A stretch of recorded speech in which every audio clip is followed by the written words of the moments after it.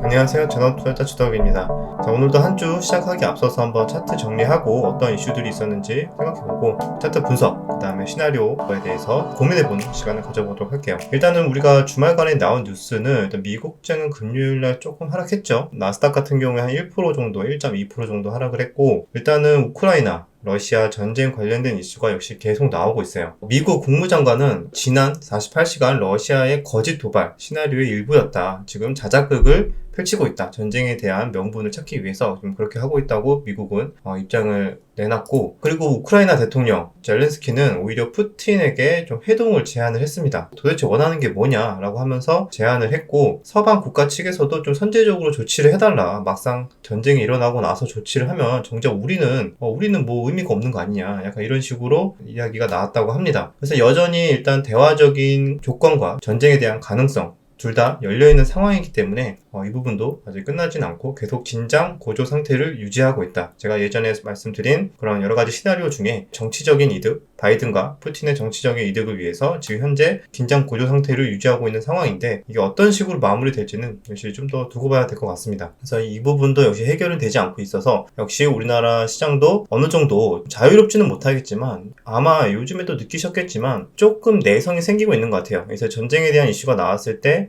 우리나라 증시가 굉장히 민감하게 반응하면서 막 마이너스 3% 순식간에 주고 그랬었는데, 이제 아마 이런 이슈들의 반복이 여러 번 맞을수록 조금 내성이 생기면서 오히려 이러한 전쟁 이슈로 인한 좀 하락을 아마 기회로 활용하려는 대기 매수가 굉장히 많아지고 있다고 저는 생각이 들거든요. 실제로 전쟁이 나서 우리나라 증시가 급격하게 만약에 하락을 한다, 그렇게 본다면 아마 기회로 활용하시는 분들이 굉장히 많이 달려들지 않을까라고 생각을 하고 있습니다. 저 역시도 약간 그런 시나리오도 일단 머릿속에 있기 때문에 그렇게 무조건 전쟁 난다고 해서 증시가 막 우리나라가 전쟁하는 것처럼 무너진다고 생각하시지 마시고, 오히려 그때부터 오히려 증시는 살짝 하락하다가 다시 반등이 쭉 나올 수도 있고 하니까 너무 그렇게 크게 걱정을 좀 안 하셔도 되지 않을까 생각합니다. 돈이 몰렸던 종목들, 섹터들을 한번 간단하게 보자면, 일단 HMM 반등이 잘 나왔죠. 그래서 일단은 이렇게 무거운 종목이 그래도 거래대금이 6천억 대 이상 터지면서 두 번 반등이 나왔어요. 그래서 전체적인 차트 흐름을 봤을 때는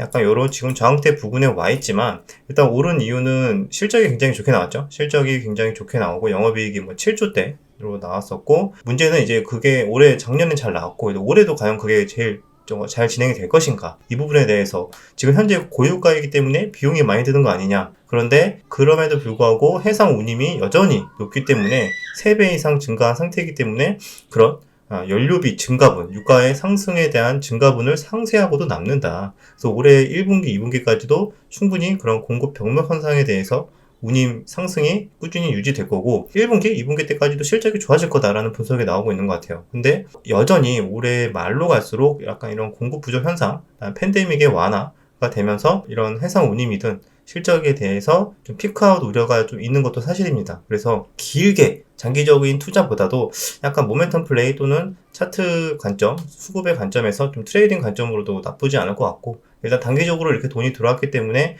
충분히 눌림목을 공략할 만한 조건은 되지 않았나 라고 생각을 해서 일단 보고 있습니다. 눌림목 구간도 일단 요렇게 좀 빠져준다면, 다시 한번 다이렉트로 악재만 나오지 않는다면 충분히 반등이 나올 만한 좀 차트라고 보고 있고, 같이 가는 종목으로는 여기 페노션도 있죠. 페노션은 이미 어느 정도 조금 먼저 오른 이후에 좀 고가 놀이를 나오다가 금요일날 다시 반등이 같이 나와줬습니다. 그래서 이 종목도 같은 관점에서 좀 잘 버텨주는지, 요런 가격대 잘 버텨주는지, 이런 눌림목 구간까지도 한번 예상해 놓고 트레이딩 관점에서도 충분히 할 만한 종목이라고 보고 있습니다. 이번에 조금 특징적이었던 게 원전주가 오랜만에 올라왔어요. 특별한 이슈보다도 그냥 수소 관련해서도 있었고, 새롭게 항전기술과 두산중공업이 협력을 해서, 그리고 원전에 대한 기대감도 약간 반영이 되는 것 같고, 그래서 이슈들은 찾아보시면 몇 개 나오는데 그렇게까지 강력한 재료까지는 아닙니다. 그래서 일단 좋은 흐름에 거래대금도 1,000억 이상, 거의 2,000억 가까이 터지는 흐름이 나왔지만,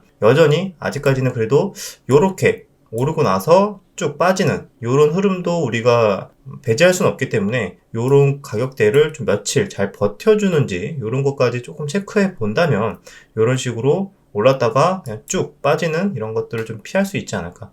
그래서 이번에는 이때와 좀 다른 흐름이 나오는지 그 여부를 일단 체크하시는 게 중요할 것 같아요. 그래서 급하게 이렇게 장대 항목 하나 나왔다고 급하게 쫓아가기보다는 좀 더 흐름을 보면서 잘 지켜주는지, 뭔가 대기 매수세가 꾸준히 유입이 돼서 특정 가격대를 계속 유지하는지, 약간 이런 것들도 같이 체크하시면 좋지 않을까 보고 있습니다. 원전으로 해서 한전기술, 두산중공업도 저가 매수 워낙 많이 빠져서 좀 들어왔고, 일진파워도 있죠. 일진파워도 같이 들어왔었고, 테마성 종목으로는 에너토크까지도 있습니다. 에너토크.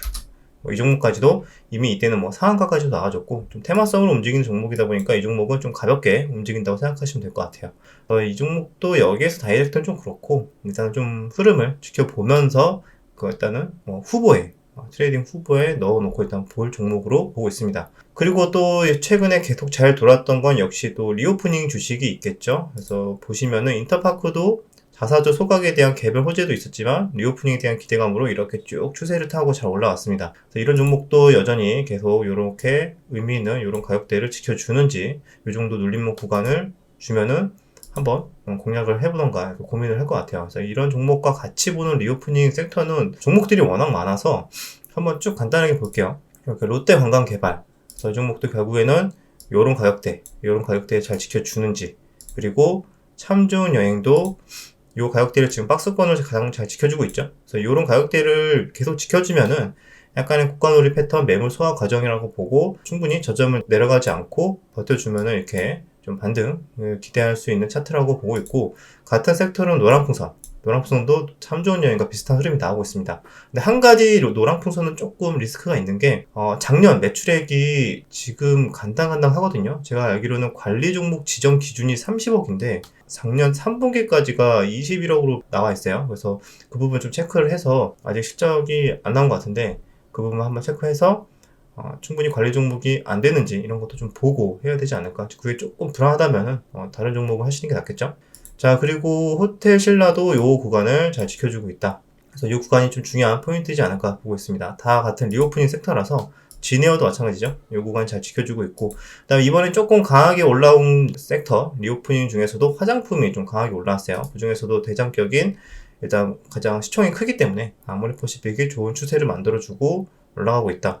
그래서 여기서 다이렉트로 쫓아가기보다는 한 템포 쉬어가는 이런 구간들을 조금 노려볼까 좀 생각하고 있고, 그 다음에 소형주로는 이제 색조 화장품 관련으로 해서 클리오가 괜찮게 반등이 나왔습니다. 그래서 굉장히 탄력이 좋게 나오죠. 그래서 이 종목도 일단 단기적으로 급등이 많이 나온 만큼 거래대금도 그래도 이때 좀 터져줬어요. 거래대금은 800억 정도까지 터졌고, 이 종목도 한번 눌림목 구간, 약간 요런 눌림목 구간을 주어지면은 트레이딩 관점으로 일단 보고 있습니다.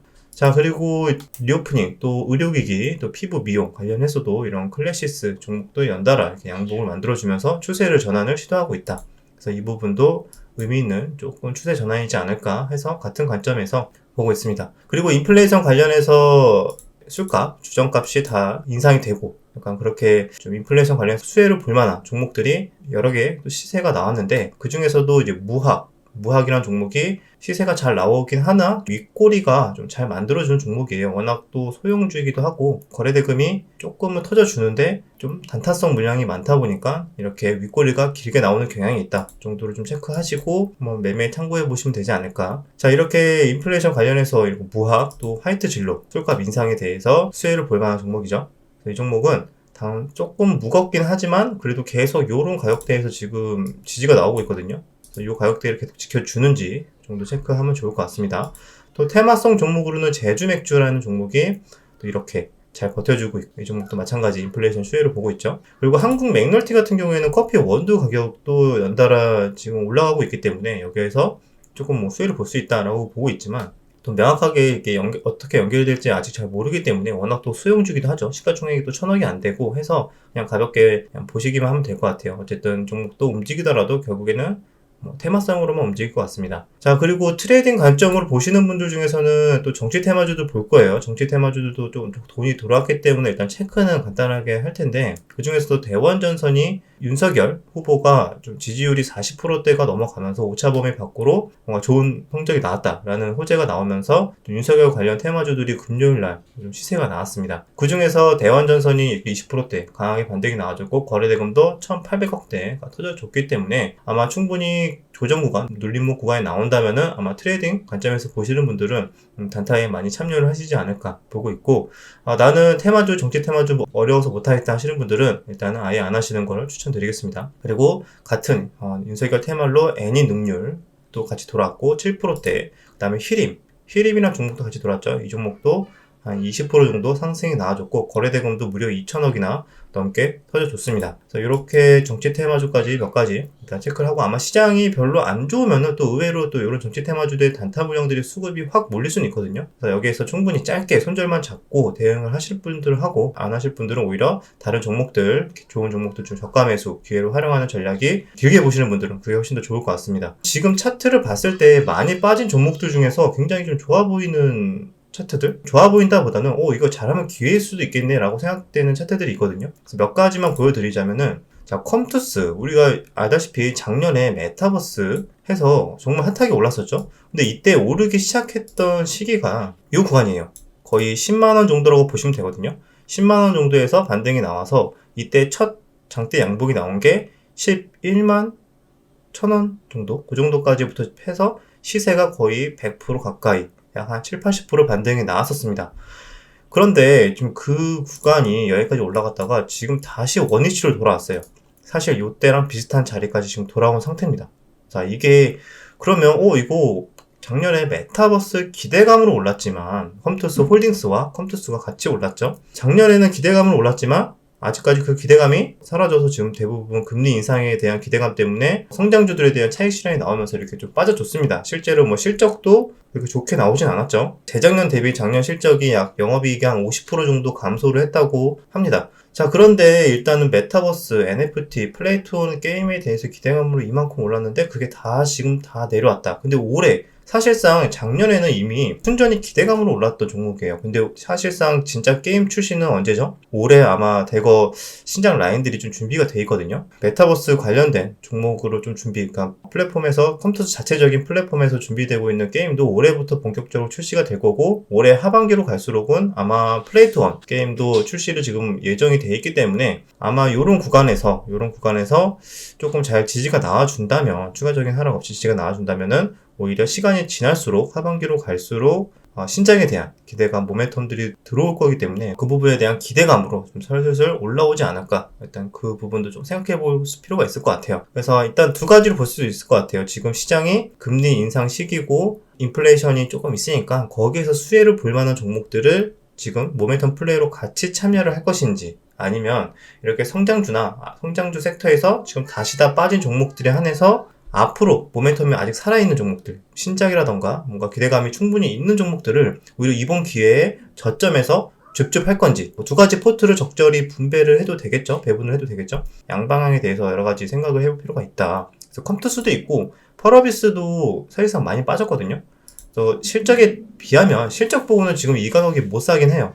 실적 보고는 여전히 시가총액이 6조대이기 때문에 굉장히 비싸게 느껴질 수는 있습니다. 그런데 이 가격이 지금 이 가격 사실상 본격적으로 오르기 전 가격대까지 대부분 지금 빠졌다고 볼 수 있고, 당장의 모멘텀은 많이 없어요. 당장의 모멘텀은 올해 상반기 내로 중국의 검은 사막 출시에 대한 모멘텀이 있는데, 사실 그것보다 많은 사람들이 기대하는 게 이제 도깨비, 메타버스 플랫폼으로 출시하는 도깨비 플레이트원까지 지금 고민을 하고 있다고 하죠. 사업을 지금 같이 준비를 하고 있다고 합니다. 그리고 붉은 사막, 근데 붉은 사막 출시 예정이 여전히 도깨비랑 미정이긴 한데, 아마 예상으로는 붉은 사막은 올해 말 정도, 4분기 정도, 또는 도깨비는 내년 초 정도를 보고 있기 때문에 대부분 올해 하반기 또는 내년 초로 갈수록 신작에 대한 기대감이 여전히, 이것도 이 종목도 많이 생길 거기 때문에 오히려 이렇게 주가가 올해 상반기 내로 지지부진한 흐름, 오히려 더 빠져준다면은 그때 살살 모아가는 전략으로 하반기로 갈수록 기대감이 슬슬 올라오면서, 원래 주가는 선 반영된다. 주가는 보통 6개월 정도, 빠르면 6개월, 정말 빨리 반영을 하면 1년까지도 선반영을 하는 경우가 있기 때문에 오히려 이렇게 실적이 별로 안 좋게 나오고 아직 신작에 대한 기대감이 아직 조금 멀리 남아있을 때 이런 구간들을 좀 기회로 활용해 보는 전략도 역발상 전략으로 나쁘지 않을 것 같아서 한번 시나리오를 공유를 해드렸습니다. 그리고 덱스터, 우리가 워낙 또 컨텐츠 관련해서 좀 덱스터, 메타버스 관련 종목으로도 워낙 좋은 시세가 나왔죠. 근데 이 종목도 마찬가지예요. 이 종목도 지금 다시 다 빠졌고, 사실상 오르기 전, 본격적으로 오르기 전인 요 가격대라고 본다면은 이때보다 한 20% 정도 올라온 상태에서 지금 횡보를 하고 있습니다. 그래서 투자자별 봤을 때, 투자자별로 봤을 때, 자, 한번 본다면, 일단 덱스터는 지금 뭐 최근에 엄청난 금액까지는 아니어도 외국인들이 꾸준하게 좀 매수를 하고 있는 것 같아요. 100억 정도 좀 매수를 한 상태로 보고 있고, 그리고 이런 저가 매수를 지금 하고 있는 거죠. 지금 추세는 여전히 좋진 않아요. 전혀 추세가 반전될 만한 신호는 보이지 않지만 그래도 이 정도 가격대에서 충분히 잘 횡보를 하고 있고, 혹시 저점을 올리는 듯한 그런 흐름들이 잘 나와주는지 보면 좋지 않을까. 같은 섹터죠. 이제 메타버스 쪽인데 지금 실적도 여전히 아직 안 나오고 있어서 일단 좀 뭐 급하게 볼 필요는 없고 그냥 관심 있게 보고 충분히 다시 관심을 받기 시작했을 때 매매해야 되지 않을까. 메타버스랑 리오프닝 굉장히 좀 상반되지만 왜 두 가지 섹터를 저는 다 보고 있느냐라고 궁금해 하시는 분들도 계실 것 같아요. 근데 이번에 이게 현실이 당연히 안 됐으면 좋겠는데 또 이런 이야기가 나왔습니다. 자, 보시면은 팬데믹 예언, 빌 게이츠 코로나 아닌 다른 바이러스 대유행할 것이다 라고 얘기를 했어요. 이제 예전에 코로나 유행하기 전에도 약간 이런 식으로 의미심장한 이야기를 한 적이 있죠. 아마 음모론 쪽으로도 접하신 분들은 뭐 빌 게이츠가 뭐 준비한 거다 뭐 이런 얘기도 있는데, 그거는 둘째 치고 이번에 팬데믹 예언, 이제 코로나는 거의 끝났다라고 얘기를 했고, 근데 이번에 새로운 팬데믹은 코로나와는 전혀 다른 병원체에서 비롯될 가능성이 높다라고 했어요. 그래서 음모론 쪽으로 보면 뭐 그게 뭐 무슨 병이다 뭐 인터넷 찾아보면 다 나오실 텐데, 뭐 선뜻 이것만 보고 겁먹고 리오프닝 다 던질 필요는 없을 것 같고, 이게 언제 나올지도 모르기 때문에 일단은 시나리오별로 충분히 다른 바이러스가 혹시나 나온다면은 다시 메타버스 쪽, NFT 쪽 메타버스 세계가 다시 뭐 수급이 들어올 수도 있다, 또는 바이오 섹터 뭐 이런 쪽이 다시 들어올 수 있다 정도만 그냥 생각을 하고, 만약에 이게 안 나오고 그냥 잠잠해진다면 역시 리오프닝 주식이 계속 올해 상반기는 좋은 흐름이 나올 것 같다 정도, 두 가지 시나리오를 좀 생각해 볼 필요가 있을 것 같아요. 여기에서는 일단은 뭐 빠르게 6개월 내로 백신을 만들어내서 더더욱 앞으로 인류의 팬데믹 대응은 더욱더 빨라질 것이다 라고 하는데, 자꾸 뭐 이런 얘기를 하는 것도 일단 마음에 들지는 않습니다. 그래서 일단은 우리는 그냥 생각만 해두고 맹신은 당연히 하면 안 되지만 생각만 해둔 상태에서 여러 가지 시나리오를 고민해보자 정도로 오늘은 마무리하도록 하겠습니다. 여전히 시장이 불안한데 그래도 지금 차트 함께 쭉 봤잖아요. 그래서 불안한 시장인데도 불구하고 그래도 갈롬들은 잘 가고 있다라는 거를 느끼시는 분들도 계실 거고, 이 와중에 우리나라 또 유동성에 대해서는 여전히 조금 늘어난 상태이기 때문에 투자자들의 그런 돈들은 몰릴 때 확 몰리고, 차트들은 계속 만들어가는 과정이 있다. 돈이 몰리는 차트들은 특징들이 있다. 저점을 올리고 있고 거래대금이 터지기 시작하고, 이런 종목들은 계속 나옵니다.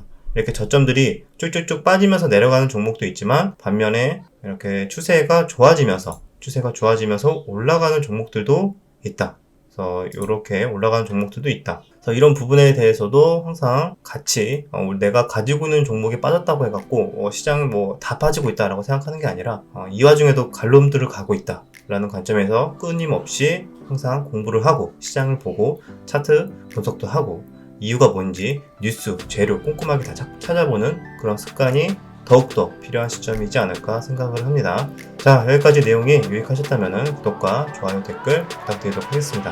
그럼 다음 영상에서 뵙겠습니다.